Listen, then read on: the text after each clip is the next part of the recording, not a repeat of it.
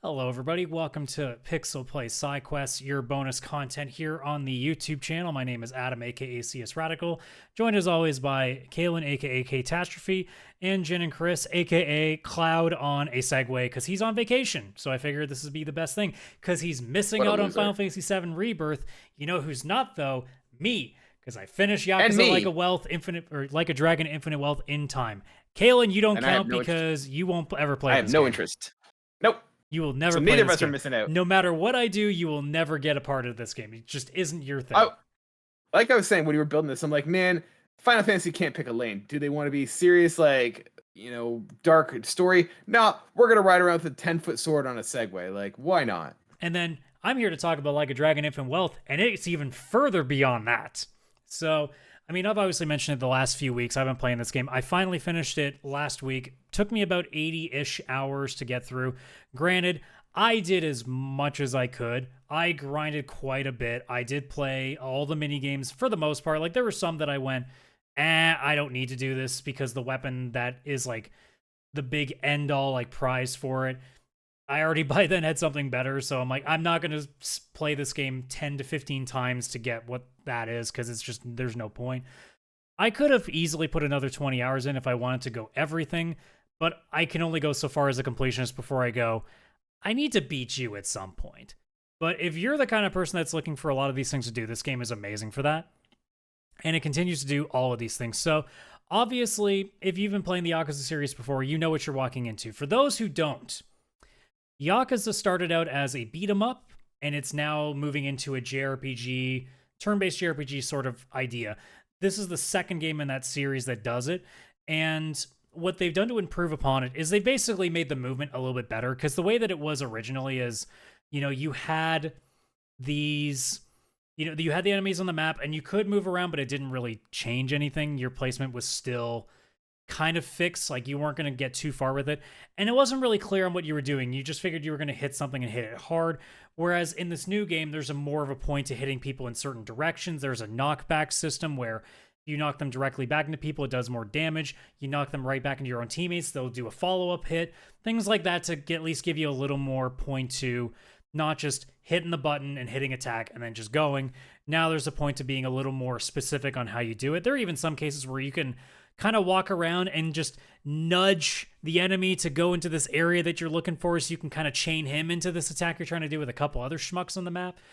But they've overhauled the battle system enough that it doesn't feel like it's tedious anymore. I never felt a point where I'm like, this is boring. The only complaint I have is they have a summon system that in the later half of the game, it costs money to summon, but depending on where you are, you make most of the money back after you win the fight. So you're really just spamming it to finish the fights quicker. So and I guess in a way it's kind of like too easy in that aspect. There's not even difficulties to this game, so you're really just playing at its level. So there's nothing there to kind of do that, but there are ways to cheese it here and there. They have a class system, much like the job systems that you would see in a lot of JRPGs, and they're all goofy as shit. It isn't just, samurai, swordsman, gunner. There are stuff similar to that, but there's also housemaid, where the person will fight with a mop, and they have a attack that's called Iron Maiden, where they take 2 irons and just smack them with them, and that does fire damage because it's hot. Get it? There's also the extreme ones like the Night Queen, who is basically a dominatrix and just beats the shit out of people with whips and stomps on them and everything like that. There's also other weird ones, like there is I think it's called Aquanaut, where you're basically a surfer and water is your base damage. There's also a pyro dancer, which is basically, because you're in Hawaii, you're the guys with like the 2 sticks where they wave them around and they're on fire and shit. So there's that class too. There's a lot of fun ones like that. I still found that I went to a very specific set of them, but they're all good in their own right. Just some have earlier abilities that end up being more useful. But that's like the main stuff when it has to do with like the jobs and the combat and stuff. The real selling point is for Yakuza games has always been its atmosphere and has been its story. Without spoiling anything, because I really cannot afford to spoil anything in this game, the entire game as a whole is a building process of you coming to terms with something that could potentially happen that you don't want to happen. And it's the first time in a long time I'll probably be getting to this point when I play Final Fantasy VII Part 2 because we're going to be looking at if Aerith is going to die and we're waiting for that moment to happen again. This game has a similar situation where it pretty much spells out to you about a quarter of the way through the game something really bad's going to happen, and you're just spending the rest of the game going, not yet, not yet, don't do it, not yet, and you just keep waiting as it gets closer and closer to the end, and you're like, oh god, is this where it's going to happen? And it doesn't. And then you get to the final boss, and you go, okay, I'm ready. And I'm not going to say anything beyond that, but like you keep going through the game and it just keeps stressing you out because you're like, I don't want this to happen. Please don't make it happen. And on top of that, you have this really interesting story that, in a nutshell, the main character, after the first game that he plays, he ends up, falling on his ass. He's running bad luck again. And he ends up getting a message from an old friend of his saying that, oh, your long lost mother that you've never met because you were separated as a kid. We found her. She's in Hawaii. Go out there and seek her. And because it's a Yakuza game, it's never that simple. You go there, find this massive conspiracy plot to try to rule the entire area, and it's filled with different sets of mafia that are trying to take over this spot. And there's some kid involved that you're trying to make sure doesn't die, and there's all these things that happen in there. And at the end of the day, you go there and beat the shit out of a bunch of stuff with whatever you have. Whether you're fully clothed or not as well, because there are costumes that you can be really goofy looking towards the end. But that's always been the case. The story, as it stands, the serious parts of it do what Yakuza games always do. They really invoke a lot of emotional bits here and there. There were a couple moments where I felt really emotional at it. And then on the flip side, as Kaylan has been prone to find out, Yakuza just likes to go, nah, let's go real dumb for a few minutes. And the side content is always where that happens. I've mentioned before, there's like a sort of Animal Crossing sort of game where you have like this own island where you try to, rebuild it from scratch and make it like a good place for people to want to come hang out at. There's a Pokemon sort of style minigame where you collect 150 just random like bums. There's guys that are like dressed up like construction workers, or they're like humanoid robots, or they're like mafia guys or whatever else. And you got to try to catch all of them, and you bribe them instead of throwing Pokeballs at them. That's how you get them. There's also like there's like this weird like crazy taxi sort of minigame they have. There's the usual fare that they've always had. They have like darts and mahjong and shogi and stuff like that. But there's all these other little things you can do. There's like this hostess mini game where you try to get your friends to up their friendship levels more by basically just throwing pretty ladies at them, which I guess works in a lot of the cases. But there's all these little things here, and the side missions themselves, some of them can be serious. There's like one really heartfelt one that kind of almost hit me as like the main story does. And then there's also just really stupidly goofy ones that like by the end of it, you're like, I can't stop laughing. There's one side quest where you end up helping somebody test out their dating app, and that leads to a mini game where you basically play Tinder the game, and you don't know if you say the right things or not, if you're going to get catfished or not. I literally have had ones where it ends up getting me to an actual female, and others where it's literally a chicken, because Yakuza always has to put a chicken in there somewhere. And it's great. You're like, all right, I'm going to send this message, see if they want to reconnect. They say, okay, you're all excited. And then you walk in the room and there's a chicken, and the main character goes, how did you even type? And then that's the side quest. It's great. But yeah, like so out of my question. Oh, sorry. I was just going to finish off by just giving my rating as well. I adored this game. It's not quite a 10, or I guess in our case a 6. I would put it as like a really strong 5.5, only because I think by the time I got to the end, much like I do with a lot of open world games, I felt like the amount of journeying that I did, the ending doesn't quite match the amount of work that I put to get there. It's not bad. Like, I didn't sit there and be like, this is an insulting ending. It was more just like, I just wish they pushed it just an envelope a little further. Just take a couple more extra steps and really, really hit the stakes. Because especially in this specific story, again, without spoiling anything, the stakes are really goddamn high.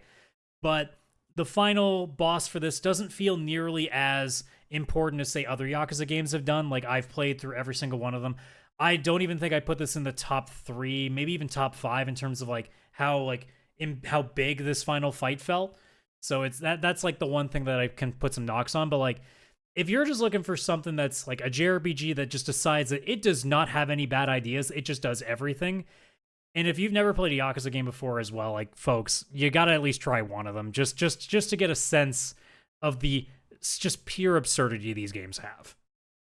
Well, that was gonna be my question. Is this a good on ramp for people who haven't played Yakuza, and for people who've played Yakuza who may not have liked this? Is this a good one for them to get into? If you have never gotten Just into going back. Yakuza, it really depends. Because like I've said this before, and I've said this with other groups as well. If you don't care for JRPGs much, these new ones won't do it for you. But I would still suggest if you like beat 'em ups, go back to Yakuza 0 and start there and see if you like that, because it's one of the newer ones that they built in that old system, and it also has like no story beforehand that you don't have to remember. It's a good starting point there.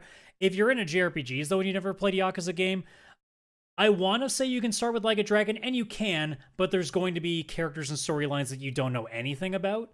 So Mhm. it's not the worst case, but if you don't want to go back and play all the beat 'em ups, you could just like watch a YouTube video to at least get like a sense of what you're missing. I think it also has some sort of retelling system when you boot up the new game. So I think there Mhm. is at least something to give you at least a sense of what's going on. But I would also just like there's plenty of people on YouTube that summarize these stories really well, so you could always use that if you don't want to go back and play essentially 7 games that lead up to this new series that they've started. Because obviously it's a lot to ask of people. Like I wish I could tell people to go play Trails of Cold Steel right now, but it's also hard to say. But you should also play these other 5 80-hour JRPGs first. It's kind of a hard sell.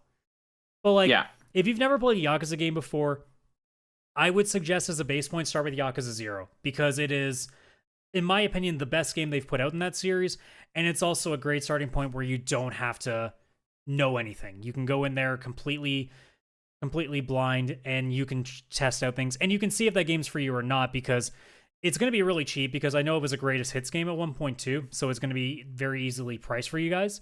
And also, if within the first 10 hours of that game, if you don't like what you got there, you are not going to like anything else in the series. So that would be what I Fair go enough. with there.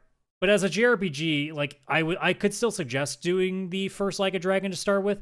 You'll just want to do a little bit of research on the stories with the characters prior to that, just so you have a little more context. Good to know.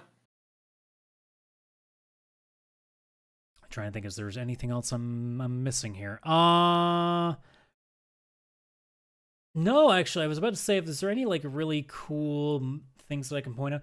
I mean, the only thing that they do in the game is they do have like a couple of cameos that you don't expect. Like Danny Trejo is one of the characters. He's like the one of the main gang leaders in that, and I didn't catch it. I didn't catch it until much later, even though he literally pulls out a machete and talks about what a machete is, and I'm like, still isn't ringing the bell. And then I saw on Reddit one day, oh, isn't it cool that Danny Trejo was that guy? I'm like, wait, he was? But it's all like Yakuza's always been cool with like just having like random people that show up. Like I'm a big wrestling guy. At one point they had like a bunch of like really famous Japanese wrestlers in there. I know with this game, like one of the first enemies you encounter is like this popular mixed martial arts content creator. Like I can't remember his full name, but his last name's Asakura. And he's like one of the first people you face, and he's like a really popular content creator. So they do some really neat things to kind of to reach out, but it's a lot more often than not for a Japanese audience, because it is being made in Japan first, and and whatever else. The only other thing I would say is I know a lot of people struggle with non-English.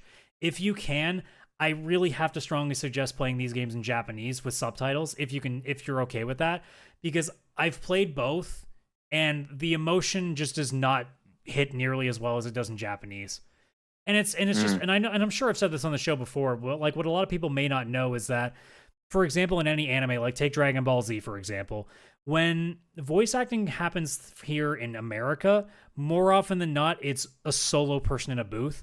Whereas a lot of the time in Japan, it's all of the actors in a room together and they do the scene. So it has a little more like fluidity to it. So I find that a lot more often than not, the Japanese dialogue ends up sounding more realistic and sounds more like it matches what's going on, because they are usually all together doing it. So I would suggest that as well. But other than that, I think I've covered everything I was looking for. Awesome. Any other questions that you got, or are we good to take this sucker off the air? I think you got it covered. Perfect. Well, that's going to do it for this episode. So thank you so much for joining us on this episode of Sidequests. So make sure, not only do you play Like a Dragon Infinite Wealth, because you should, it's one of the best JRPGs out there right now until I play Final Fantasy VII and come back here in about a month and say, screw that, this is the best JRPG ever.